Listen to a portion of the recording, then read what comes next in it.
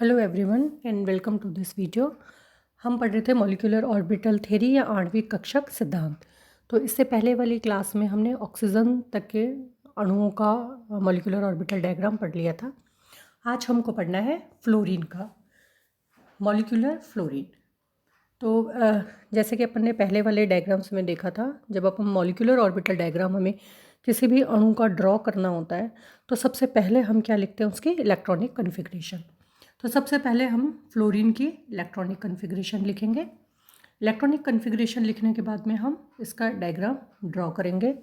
अब फ्लोरीन में आंतरिक कोश में 2 इलेक्ट्रॉन है और बाहर वाले में 7 इलेक्ट्रॉन्स होते हैं। अब फ्लोरीन के अणु का मतलब हो गया 2 फ्लोरीन के परमाणु, तो टोटल कितने हो गए 18 इलेक्ट्रॉन्स।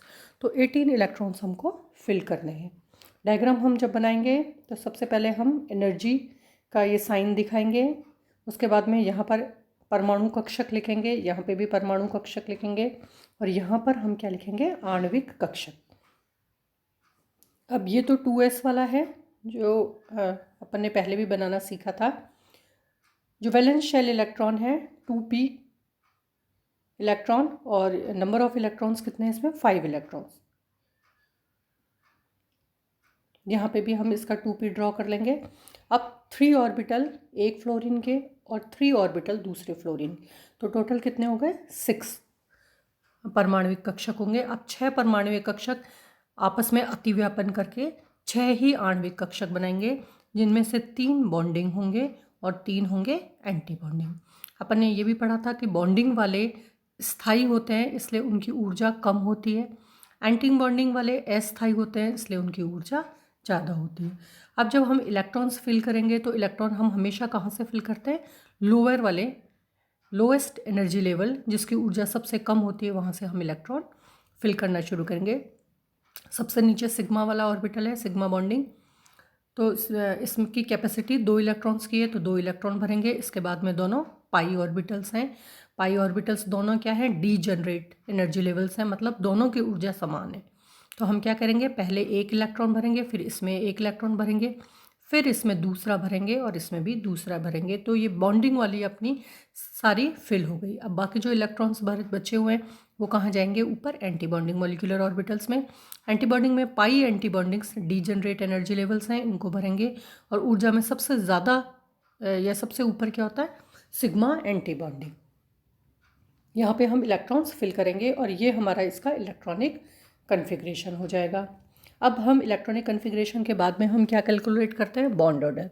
बॉन्ड ऑर्डर कैसे कैलकुलेट करते हैं हम, number of electrons in bonding molecular orbitals minus number of electrons in anti bonding molecular orbital divided by 2। तो यहाँ पर कितने हो गए, 6 इलेक्ट्रॉन्स बॉन्डिंग में और 4 इलेक्ट्रॉन एंटी बॉन्डिंग में। तो बॉन्ड ऑर्डर हमारा कितना आ जाएगा, 1। इसका मतलब फ्लोरीन और फ्लोरीन सिंगल बॉन्ड से एक दूसरे से जुड़े हुए रहेंगे। इसमें सभी इलेक्ट्रॉन युग्मित होते हैं। अब आप देख लीजिए, इसमें डायग्राम में हमको नज़र आ रहा है सारे इलेक्ट्रॉन युग्मित है, पेयर्ड है। तो ये कैसा हो जाएगा, प्रतिचुंबकीय या डायमैग्नेटिक होगा। इसकी बॉन्ड एनर्जी का मान 37.05 किलो कैलोरीज पर मोल और इसकी बॉन्ड लेंथ होगी 1.41 एंगस्ट्रॉम होगी। इसके जो बॉन्डिंग है, बॉन्डिंग मॉलिक्यूलर ऑर्बिटल्स, उनमें टोटल 8 इलेक्ट्रॉन्स हैं और एंटी बॉन्डिंग इलेक्ट्रॉन्स इसमें दिए हुए हैं। तो एंटी बॉन्डिंग इलेक्ट्रॉन्स भी क्योंकि इसमें ज़्यादा है इसलिए इसकी जो बॉन्ड स्ट्रेंथ होगी वो कम हो जाएगी, क्योंकि हमने क्या पढ़ा था, जब भी एंटी बॉन्डिंग मॉलिक्यूलर ऑर्बिटल में इलेक्ट्रॉन्स बढ़ते हैं तो बॉन्ड स्ट्रेंथ हमेशा कम हो जाती है। बॉन्डिंग में अगर इलेक्ट्रॉन है तो बॉन्ड स्ट्रेंथ बढ़ेगी, यहाँ अगर इलेक्ट्रॉन ज़्यादा होंगे तो बॉन्ड स्ट्रेंथ कम होगी। इसके बाद में हमें पढ़ना है विषम नाभिकीय द्विपरमाणिक अणुओं के आणविक कक्षक ऊर्जा आलेख या एमो डायग्राम ऑफ हेट्रोमॉलिक्यूलर डायएटमिक मॉलिक्यूल्स। अब यहाँ पर अभी तक अपन ने जो भी पढ़े थे उसमें दोनों परमाणु सेम होते थे, यहाँ दोनों परमाणु हमारे अलग अलग हैं, एक नाइट्रोजन है और दूसरा ऑक्सीजन है। अब इससे क्या डिफरेंस आएगा, इससे 2 तरीके का डिफरेंस आएगा। क्या आएगा, नाइट्रोजन और ऑक्सीजन दोनों की विद्युत ऋणता या इलेक्ट्रॉन नेगेटिविटी समान नहीं है, इसलिए जो ऑर्बिटल्स यहाँ पर पार्टिसिपेट करेंगे उनकी ऊर्जा भी असमान हो जाएगी। तो क्या हो जाएगा, इसमें हमेशा कम विद्युत ऋणता वाला परमाणु बाईं ओर और अधिक विद्युत ऋणता वाला परमाणु दाईं ओर लिखा जाता है। विद्युत ऋणताओं में अंतर होने के कारण इनके परमाणु कक्षकों की ऊर्जाएं भी असमान होती है। कम विद्युत ऋणता वाले परमाणु के परमाणु कक्षकों की ऊर्जा का मान अधिक और अधिक विद्युत ऋणता वाले परमाणु के परमाणु कक्षकों की ऊर्जा का मान कम हो जाता है। विषम नाभिकीय परमाणु के आणविक कक्षा स्तर ऑक्सीजन और फ्लोरीन के समान ही होते हैं। तो सबसे पहले तो हम क्या करेंगे, यहाँ पर ये एनर्जी स्केल बनाएंगे। इसके बाद में दोनों का कन्फिग्रेशन लिखेंगे। अपन नाइट्रोजन का लिख लिया 1s2 2s2 2p3 and oxygen 1s2 2s2 2p4। अब अपन को क्या ध्यान रखना है, यहाँ हम क्या लिखेंगे, एटॉमिक ऑर्बिटल्स, और बीच में हम क्या लिखेंगे, मॉलिक्यूलर ऑर्बिटल। अब इन दोनों में से विद्युत ऋणता ज़्यादा किसकी है, ऑक्सीजन की। तो ऑक्सीजन को हम इस तरफ लिखेंगे। राइट हैंड साइड में हम जिसकी इलेक्ट्रोनेगेटिविटी ज़्यादा होती है उसको राइट हैंड साइड में लिखते हैं, जिसकी कम होती है उसको हम इस तरफ लिखते हैं। ठीक है, जिसकी विद्युत ऋणता ज़्यादा होगी उसके परमाणु कक्षक ऊर्जा में लोअर होंगे, नीचे होंगे। अब आपको ये चीज़ यहाँ पर ध्यान रखना है, पहले जब हम डायग्राम बनाते थे, जैसे कि अपन पीछे वाले डायग्राम देखते हैं एक बार, उन सब डायग्राम्स में हम क्या करते थे, देखिए एनर्जी लेवल्स को हम बिल्कुल सेम रखते थे। यहाँ पे देखिए एनर्जी लेवल्स बिल्कुल एक दूसरे के बराबर है। क्यों बराबर है, क्योंकि ये भी फ्लोरीन है और ये वाला भी फ्लोरीन है, तो दोनों की विद्युत ऋणता समान है। तो हमारा जो डायग्राम है वो बिल्कुल सममित बनता है, सिमेट्रिकल बनता है। इन दोनों की एनर्जी सेम होती है और ये सारे ये वाले एनर्जी लेवल सेम है, ये वाले एनर्जी लेवल सेम है। लेकिन अगर एटम्स बढ़ जाते हैं, मतलब यहाँ पर तो है ऑक्सीजन और यहाँ पर है नाइट्रोजन, तो ये एनर्जी लेवल्स हमारे समान नहीं होंगे। देखिए ये 2s अपन ने यहाँ बनाया है, जबकि ऑक्सीजन का 2s हमने यहाँ बनाया है। इन दोनों को बराबर नहीं बनाया है, ये आपको बिल्कुल ध्यान रखना है। ऑक्सीजन यहाँ बनाना है, नाइट्रोजन हमको यहाँ बनाना है। ऑक्सीजन के एनर्जी लेवल्स एनर्जी में लोअर होते हैं। देखिए एनर्जी स्केल है ये, इसमें नाइट्रोजन का 2s यहाँ पर है, जबकि ऑक्सीजन का 2s यहाँ पर है, तो लोअर हुआ एनर्जी में। ये दोनों एक दूसरे से अतिव्यापन करके एक बॉन्डिंग बनाएंगे और दूसरी एंटी बॉन्डिंग मॉलिक्यूलर ऑर्बिटल बनाएंगे। यहाँ पर नाइट्रोजन का 2p ऑर्बिटल्स हैं, 3 इलेक्ट्रॉन्स हैं इसमें। ये ऑक्सीजन का p ऑर्बिटल है और इसमें 4 इलेक्ट्रॉन्स हैं। ठीक है, जब हम इनके बनाएंगे तो ये हमारा सिग्मा 2px हो गया, पाई 2py एंड पाई 2pz। ये पाई के anti bonding molecular orbitals and ये sigma anti bonding molecular orbitals. अब हमें इलेक्ट्रॉन कितने फिल करने हैं, 3 4 5 6 और 7 इलेक्ट्रॉन हमको फिल करना है। तो कहाँ से फिल करेंगे, लोएस्ट एनर्जी लेवल पे। लोएस्ट एक कक्षक में कितने इलेक्ट्रॉन रह सकते हैं, 2 रह सकते हैं, तो हमने यहाँ पे 2 दे दिए।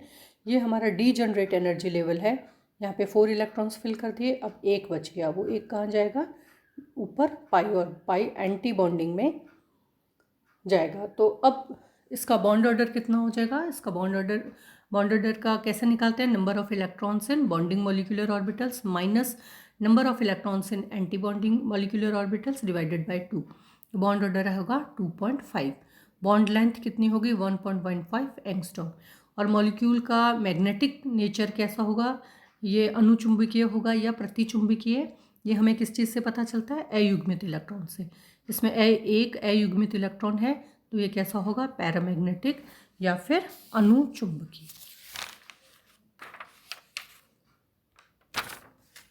नेक्स्ट हमारा है CO मॉलिक्यूल।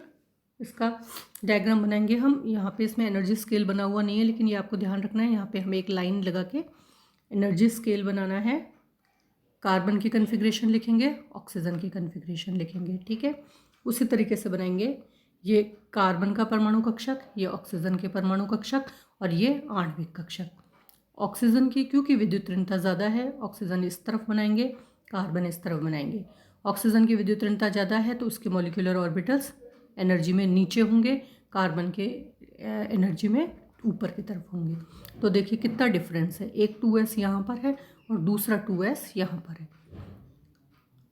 ठीक है, इसमें आपको एक चीज़ और ध्यान रखनी है कि इसका जो एंटी बॉन्डिंग मॉलिक्यूलर ऑर्बिटल होगा 2s वाला, वो एनर्जी में यहाँ चला जाएगा। तो ये डायग्राम जब आप ड्रॉ करेंगे तो थोड़ा ध्यान से ड्रॉ करेंगे। 2s carbon and 2s oxygen. तो ये दोनों बनाएंगे, एक तो बॉन्डिंग मॉलिक्यूलर ऑर्बिटल और दूसरा जो इसका एंटी बॉन्डिंग होगा वो यहाँ जा कर के होगा। ऐसा क्यों होता है? क्योंकि कार्बन और ऑक्सीजन की में विद्युत ऋणताओं में फ़र्क है, एनर्जी लेवल्स की एनर्जीज में डिफरेंस है, तो ओवरलैपिंग हो जाएगा और अतिव्यापन हो जाएगा। इसके बाद में पी के ये 3 ऑर्बिटल कार्बन के और 3 ऑर्बिटल ऑक्सीजन के, ठीक है, ये ओवरलैप करके यहाँ बनाएंगे मॉलिक्यूलर ऑर्बिटल्स। इनमें आप इलेक्ट्रॉन्स को फिल करेंगे, बॉन्ड ऑर्डर आएगा आपका। बॉन्ड ऑर्डर हम कैसे निकालेंगे? वही नंबर ऑफ इलेक्ट्रॉन बॉन्डिंग में और एंटी बॉन्डिंग में, और उसको 2 से डिवाइड कर देंगे, तो बॉन्ड ऑर्डर आ रहा है 3। बॉन्ड ऑर्डर 3 आने का मतलब क्या है कि इनके बीच में ट्रिपल बॉन्ड बना हुआ होता है, और इस ट्रिपल बॉन्ड की वजह से ये इनकी बॉन्ड स्ट्रेंथ बहुत ही ज़्यादा होती है। And bond length is 1.112 angstrom.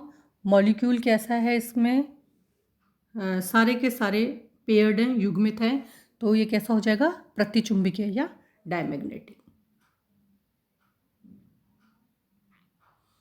इसके बाद में ये CO प्लस आयन का दिखाया है। CO प्लस आयन का मतलब क्या हो गया? हमने एक इलेक्ट्रॉन इसमें से निकाल लिया। ये डायग्राम हमारे पास ज़्यादा क्लियर नहीं है, इसमें सिंपल से आपको ये देखना है कि इसमें से आप एक इलेक्ट्रॉन को रिमूव कर दोगे, तो ये बॉन्ड ऑर्डर आ गया आपका 3। ये CO का है, CO का बॉन्ड ऑर्डर कितना था? 3। CO प्लस का जब आप करेंगे तो एक इलेक्ट्रॉन बाहर निकालेंगे, तो ये आ गया आपका 3.5 के करीब। Since the bond order of CO plus is greater than CO, so CO plus is more stable. अब एग्ज़ाम में हमारे क्वेश्चन किस तरीके से आएंगे?